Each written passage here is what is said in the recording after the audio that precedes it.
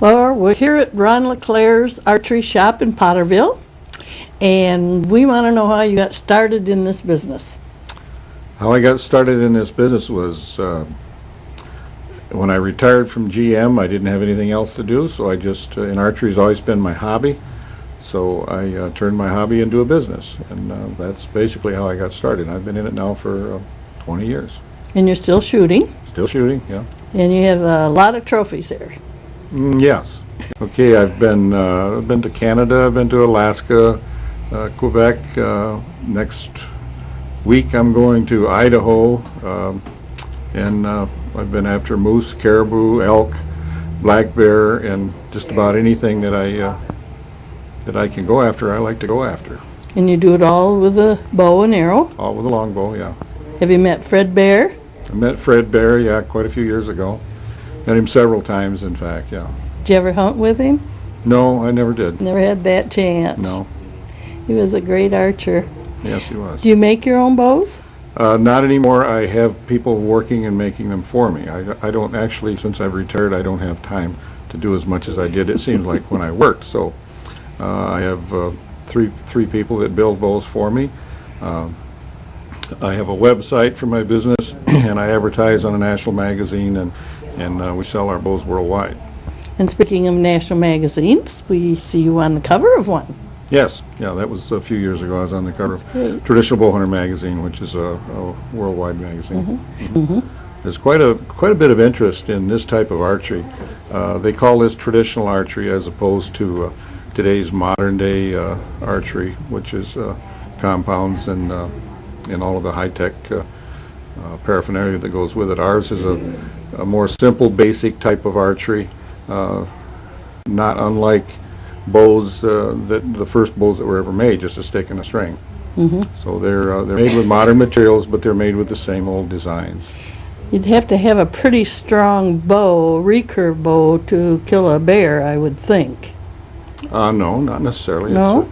My wife doesn't shoot a very heavy bow. She hasn't killed a bear, but she's killed a couple of deer with her bow, and it's quite light poundage. The trick is to have a sharp arrow, sharp broadhead, and shot placement. So what weight bow would she pull?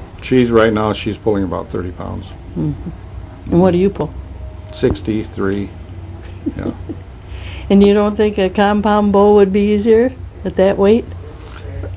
Yeah, like I said, for someone that doesn't have the time to practice much, or for someone just getting started, it's probably a compound would be easier. Mm-hmm. But like I say, it's the traditional bows are more of a challenge, and people say they're more fun.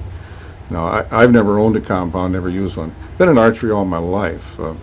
My grandmother gave me a book called Robin Hood when I was 4 years old, and my mother read that book to me, and that had such an influence on me that I just have been in love with archery ever since. Do they still have competition? Oh yeah, sure. There's a lot of competitions. Today there's a lot of clubs that have regular shoots, especially through the summer, and they have winter leagues in the winter.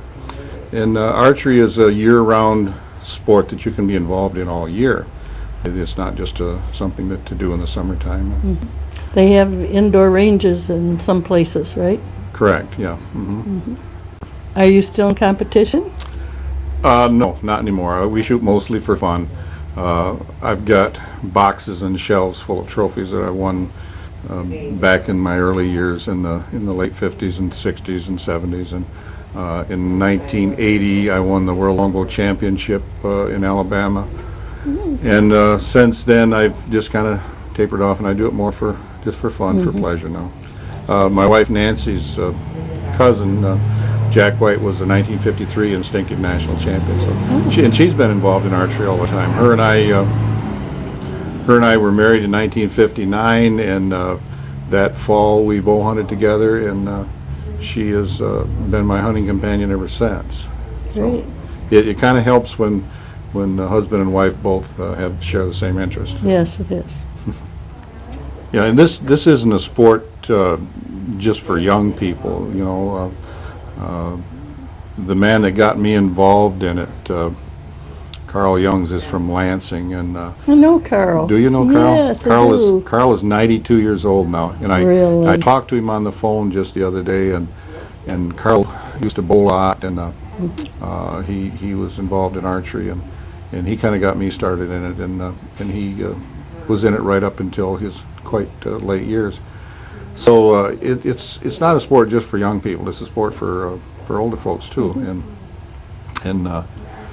but the main thing is for us, like my wife and I, it's something that we're both interested in and active in, and it keeps us busy.